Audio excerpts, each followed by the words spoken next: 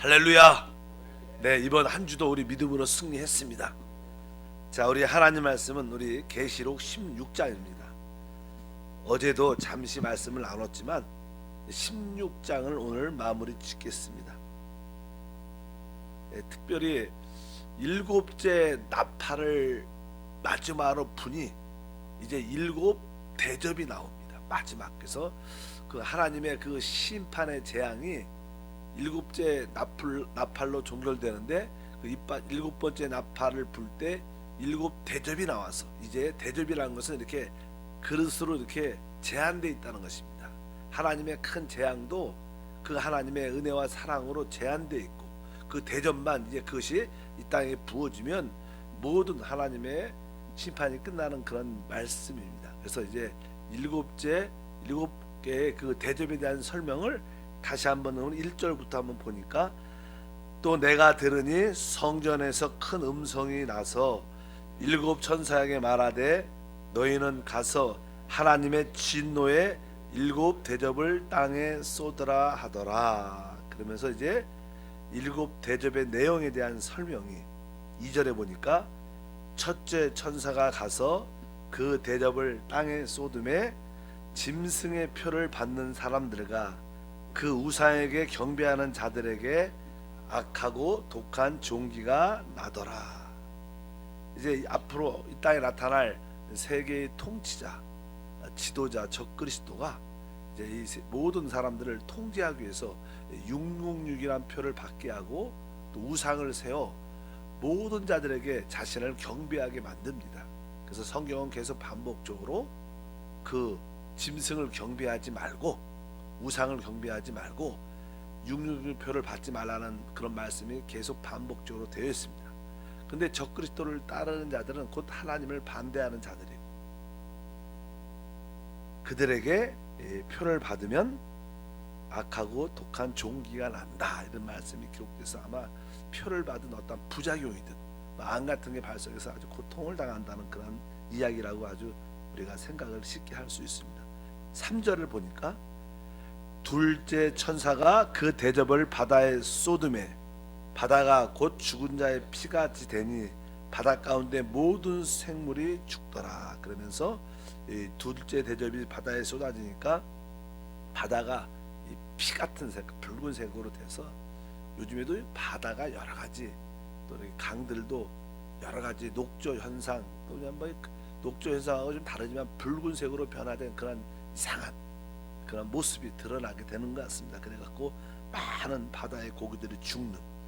셋째 대접은 4절부터 7절까지 읽어보니까, 셋째 천사가 그 대접을 강과 물의 근원에 쏟음에 피가 되더라. 내가 들으니 물을 차지한 천사가 이르되 전에도 계셨고 지금도 계신 거룩하신 이여, 이렇게 심판하신 게 의로우시다. 그들이 성도들과 선자들의 피를 흘렸으므로 그들에게 피를 마시게 하는 것이 합당하니이다 하더라. 또 내가 들으니 제단이 말하기를 그러하다. 주 하나님 곧 전능하신 이시여, 심판하시는 것이 참되고 의로우시도다 하더라. 이렇게 셋째 천사가 대접을 부으니까 강과 물 근원에 쏟음의 피가 됐더라, 이렇게 말씀해서 이제 그 물을 마실 수 없게 되는, 그래서 그 물 자체들도 이렇게 붉은색으로 변하는 그런 모습을 갖게 돼서, 원래 적그리스도와 그를 추종하는 자들이 특별히 이스라엘과 남아있는 믿는 사람들을 아주 핍박해서 대부분 죽여버립니다. 말살시키고 아주 다 죽죠, 대부분. 그래서 우리가 볼 때는 순교고, 그들은 아주 그 적그리스도를 따르지 않는 이스라엘과 많은 사람들을 아주 죽일 텐데, 바로 그 죽이려면 피를 흘리는데 그 피를 바로 우리 하나님께서 그들에게 먹이는, 그래서 다시 그들에게 먹이는 그런 말씀이 쭉 기록되어 있습니다. 우리 하나님은 그러한 심판에 대해서는 심은 대로 거두게 하시는 그러한 또 무서운 하나님이십니다. 그분에게는 구원받기 전에 은혜가 있을 때는 은혜와 긍휼과 사랑이 많지만, 또 그분의 심판이 집행될 때는 그 이 땅에 행한 대로 거둬지는 그런 것도 우리가 기억해야 될 줄 믿습니다. 특별히 5절에 보니까 내가 들으니 물을 차지한 천사, 물을 차지하니까 천사들도 많이 이런 말씀을 보면 이 땅에 여러 가지 나무를 붙잡고 있는, 또 강들을 붙잡고 있는 이 물을 차지한다는 것은 물을 통제하는 그런 천사들, 이런 말들은 모든 우리의 삶에, 이 땅에 나타난 삶이 보이지 않는 영적 세계의 지배를 받고 있다, 이런 뜻으로 4차원 영성에 대한 그런 이해를 쉽게 할 수가 사실 있습니다. 또 하나는 전에도 계셨고 지금도 계신 거룩하신 이여. 원래 이런 말씀입니다. 전에 계셨고 지금도 계시고 장차 오실 분, 이렇게 표현을 많이 하는데 여기에 장차 오실 분 그런 단어가 없습니다. 왜? 그분은 이미 오신 겁니다. 그러니까 그런 뒤에 있는, 다른 데는 전에도 계시고 이제도 오시고 장차 오실 그리스도께서, 이렇게 말을 표현하는데 여기는 이미 장차 오실, 왜? 이미 그분이 오셨기 때문에 그런 표현들이 빠져 있다, 이렇게 이해를 하면 됩니다. 특별히 넷째 천사를 보니까 8절과 9절을 보니까 넷째 천사가 그 대접을 해 소돔에 해가 권세를 받아 불로 사람들을 태우니 사람들이 크게 태워진지라. 이 재앙들을 행하는 권세를 가지신 하나님의 이름을 비방하고 또 회개하지 아니하고 주께 영광을 돌리지 아니하더라. 어쩌든지 여기 보니까 이 해에 이렇게 대접이 쏟아지니까 그 불로 사람들이 태워진다. 여러 가지 대기층이나 오존층들이 파괴로 말미암아 강력한 그런 빛으로 말미암아 많은 사람들이 죽게 되는 뜨거운 열로. 사실 우리 노아 홍수 이전에는요, 이 대기층에 이 물도 많고 이렇게 하늘의 물, 땅의 물, 그래갖고 오존층도 잘 돼 있고, 그래갖고 사람이 연수가 아담 그 시대는 대부분 거의 1000년, 900년 정도 대부분 살았어요. 그리고 나서 아마 인류가 어머니 이렇게 아주 자궁속처럼 인큐베이터 했죠. 영적 인큐베이터는 아주 살기 좋은 지구였는데, 이제 노아의 홍수 이후에 하늘에 있는 모든 물들이 다 쏟아지므로 말미암아 이 땅에 강한 햇빛이 사실 요새 자외선 좋지 않다 그런 얘기 많이 듣지 않습니까? 강력하게 그런 것들이 임하니까 또 어찌하든지 그 햇빛이 강하게 비춰갖고 사람들이 고통스러워서, 더워서, 뜨거워서 죽는. 요즘은 추워서 그런 이야기도 많이 나죠. 정말 어떤 도시가 막 더워서 막 이렇게, 이 러시아 같은 경우에는 30년, 50년이나 더위가 왔다. 거기 항상 눈이 있어야 되는데 눈이 안 오고 막 그렇게 그냥 기후에 많은 변화도 나타나지 않나. 그래서 막 해가 권세를 받아서 불로 사람들을 막 태운다. 아주 뜨거운 장렬한 태양의 빛이 비춰서 많은 사람들이 죽는 그런 이야기로도 이해를 할 수 있지 않을까. 다섯 대접 보니까 10절부터 11절 보니까 또 다섯째 천사가 그 대접을 짐승의 왕자에 쏘더니 그 나라가 곧 어두워지고 사람들이 아파서 자기 혀를 깨물고 아픈 것과 종기로 말미암아 하늘의 하나님을 비방하고 그들의 행위를 회개하지 아니하더라. 이 다섯째 천사가 대접을 보니까 그 짐승의 왕자에 쏟았다니까 특별히 적그리스도 나라가 있죠.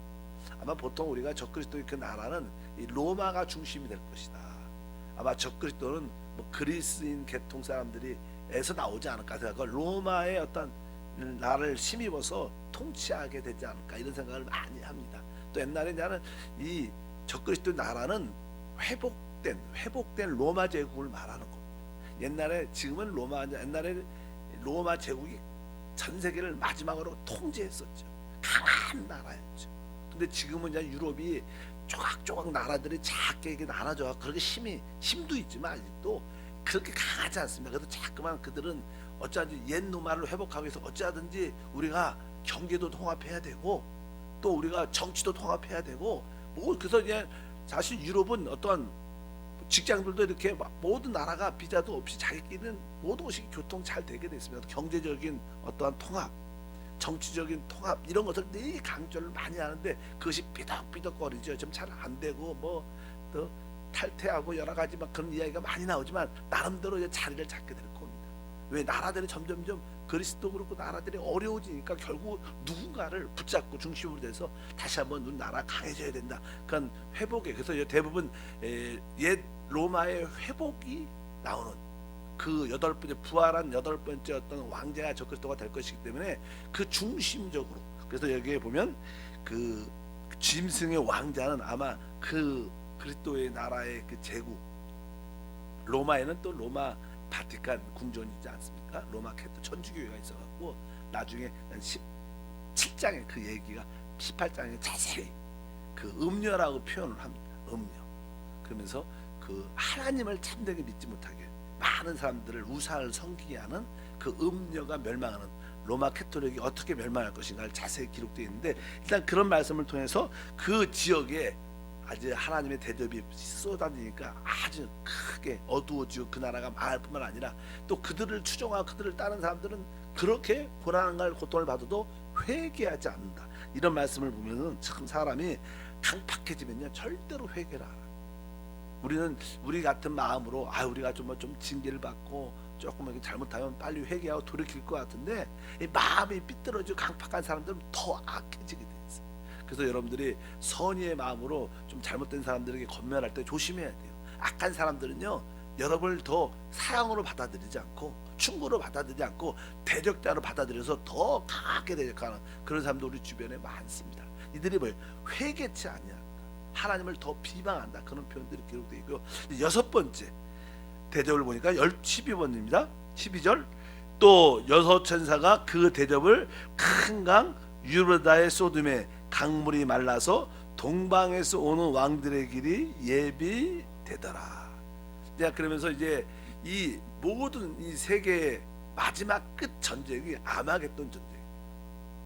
그래서 아마겟돈 전쟁을 위해서 많은 나라 연합군들이 다 모여서 전쟁을 크게 하게 된대. 자기 각 나라의 어떤 이득을 위해서 그냥 모이게 됐죠. 그냥 대통령과 이렇게 해갖고 그냥 전쟁이 나가야 되는데, 그래서 그냥 이 아마겟돈 전쟁을 준비하기 위해서 또 동방에서 올 수 있도록 여기 보니까 유브라데 강의 소돔의 강물이 말라서, 사실 결국 그 어떤 한 지역이 아마겟돈 지역으로 많은 군대들이 몰려면 이 동방에서는 성경에 보면 2억이란 군대가 온다, 이런 말씀이 성경에 기록되어 있어요.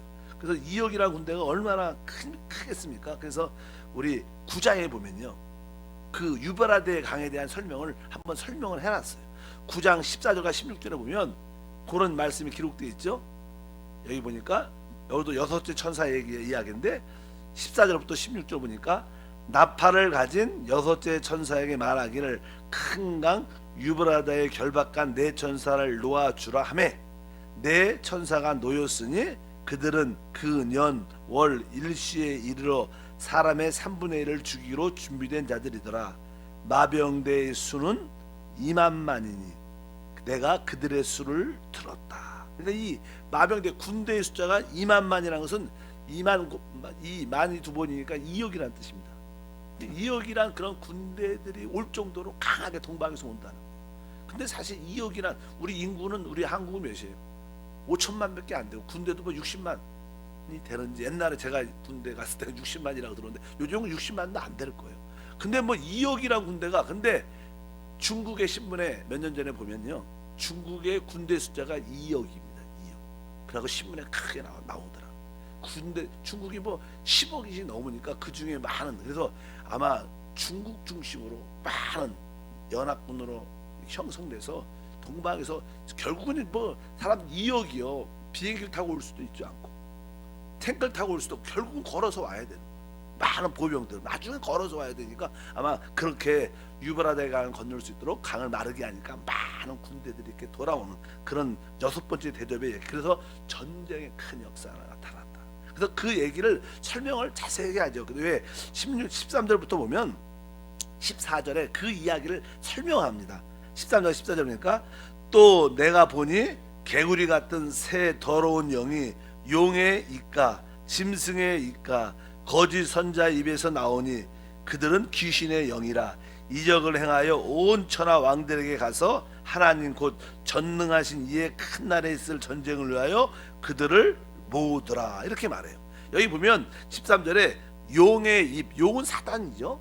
그 다음에 짐승은 적그리스도를 말하니까 적그리스도를, 그 다음에 거짓 선자, 그러니까 세 가지, 용의 입과 짐승의 입과 거짓 선자의 입에서, 그러니까 이 사단이 이 세상의 모든 대통령들을 설득을 하죠. 우리가 이 전쟁을 꼭 해야 된다.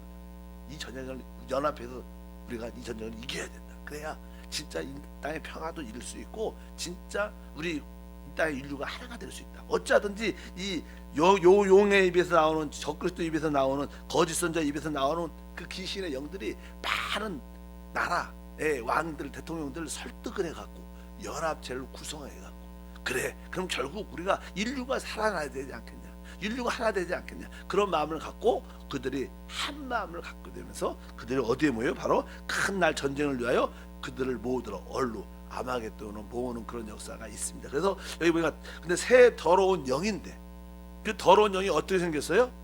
개구리 같다 이렇게 말해서 개구리. 원래 영적인 존재는 하늘에 있어야지, 공주 하늘에서 역사해야 되는데 그들이 쫓겨났죠. 하늘 보좌에서 공중으로 쫓겨났고 이 공중에서 이 땅으로 쫓겨나갔고 이들의 악한 영들이 이제는 개구리는 알다시피 땅에서만 이렇게 이게 팔타 많이 못 뛰죠. 땅에서만 기니까 땅에서만 역사하는 하늘에서 쫓겨난 그런 개구리 같은 영들이 강력하게 세상의 많은 대통령들 왕들을 설득해서 연합체를 구성해요. 큰 전쟁을 하도록 만드는 그런 일들을 한다. 그러면서 여기에 그 전쟁에 대한 이야기를 설명을 쭉 합니다. 어떻게 왕들이 이렇게 될까? 바로 이 사단, 적그리스도, 또 거짓 선자들이 이 인류를 위해서, 이 지구를 위해서 우리가 하나가 돼야 된다. 그런 마음을 갖고 설득시켜서 왕들을 모으는 그런 역사가 쭉 기록돼. 그 장소가 어디냐? 16절에 보니까 새 영이 시브리어로 아마겟돈이라 하는 곳으로 왕들을 모으더라. 그래서 우리가 늘 종종 보면 아마겟돈 하는 이야기가 여기서 나오는 거예요. 아마겟돈. 그래서 아마겟돈은 옛날 이스라엘 그쪽에 묵기또라는 지역입니다. 묵기또. 그 지역에 광야가 넓은 지역인데 아마 그쪽으로 모이는데 여러 가지 뭐 이유가 있겠죠. 어찌하든지 그 이스라엘 그 땅을 그들이 회복해서, 왜냐하면 이 적그리스도가 자기가 하나님이라고 지금 주장하고 이끌고 세계를 이끌고 가는데 이스라엘만이 자기를 경배하지 않고 반대하고, 그러니까 그 적그리스도 입장에서는 그 되게 마음도 안 좋고 그래서 그 마음에 이 이스라엘 추종하는 나라를 멸해야겠다. 근데 알다시피 이스라엘 나라만 그런 게 아니라 이스라엘을 돕는 몇몇 나라들이 있을 거예요.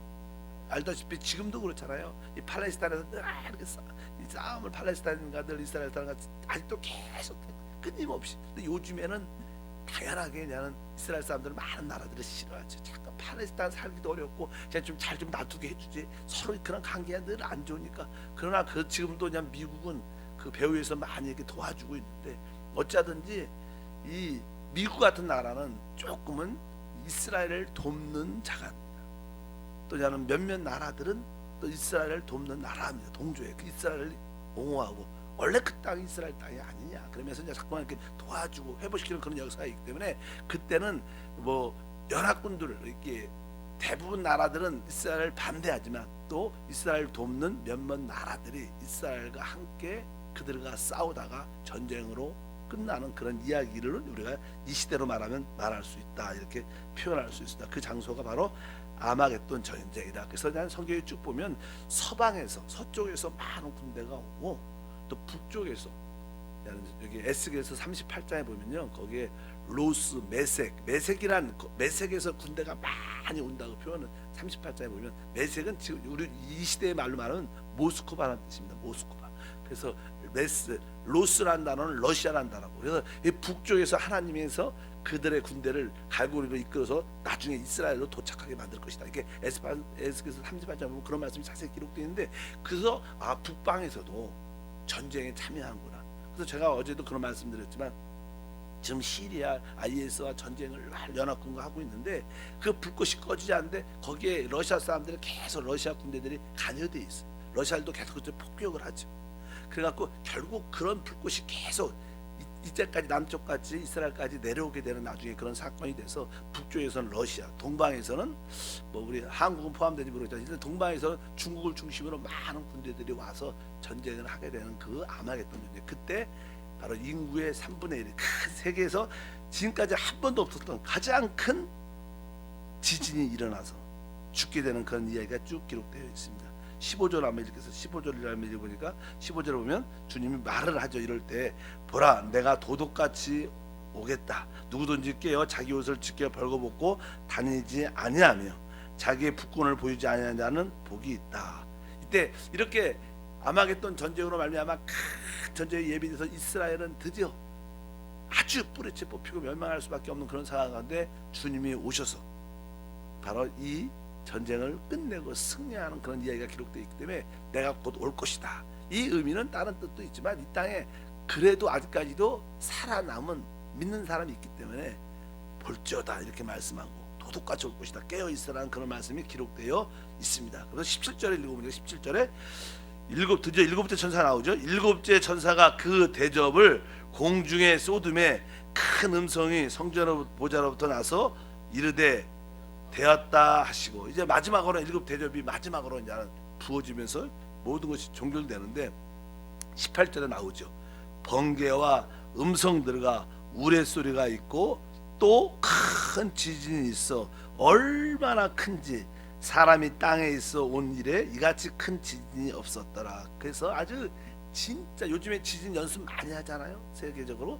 진짜 지진이 온 세계사상 생긴 이후로 가장 큰 지진이 일어나고 그 수많은 군대가 모였는데 땅이 쫙 세간으로 갈라지면서 대부분 거기서 죽습니다. 그리고 큰 지진이 일어나니까 모든 도시, 모든 건물들이 싹 무너지는 사건이 여기에 기록되어 있습니다. 그래서 하나님께서 이 땅에 뭐 직접 이게 막 이렇게 연합군들과 뭐 적그리스도와 막 총을 쏘고 싸운다는 그런 것이 하나님의 손을 댔던 지진을 통해서 완전히 그 하나님을 대적하는 이스라엘 대적하는 자들을 멸절시킬 것이다. 그래서 지진 이같이 큰 지진이 없을 것이다 이렇게 말씀을 하고, 그래서 19절에 보니까 큰 성이 세 갈래로 갈라져. 여기 뭐 예루살렘 성을 말하죠. 큰 성 예루살렘 중심으로 우상이 성배있죠. 우상이 그 안에 가지한 것이 들어갔고 많은 사람들이 그것을 경배하고, 그러니까 하나님 볼 때 얼마나 그것이 가장스럽던가. 하나님 그 예루살렘 성도 완전히 갈라지고 만국의 성, 다른 나라의 모든 성들도 다 무너진다.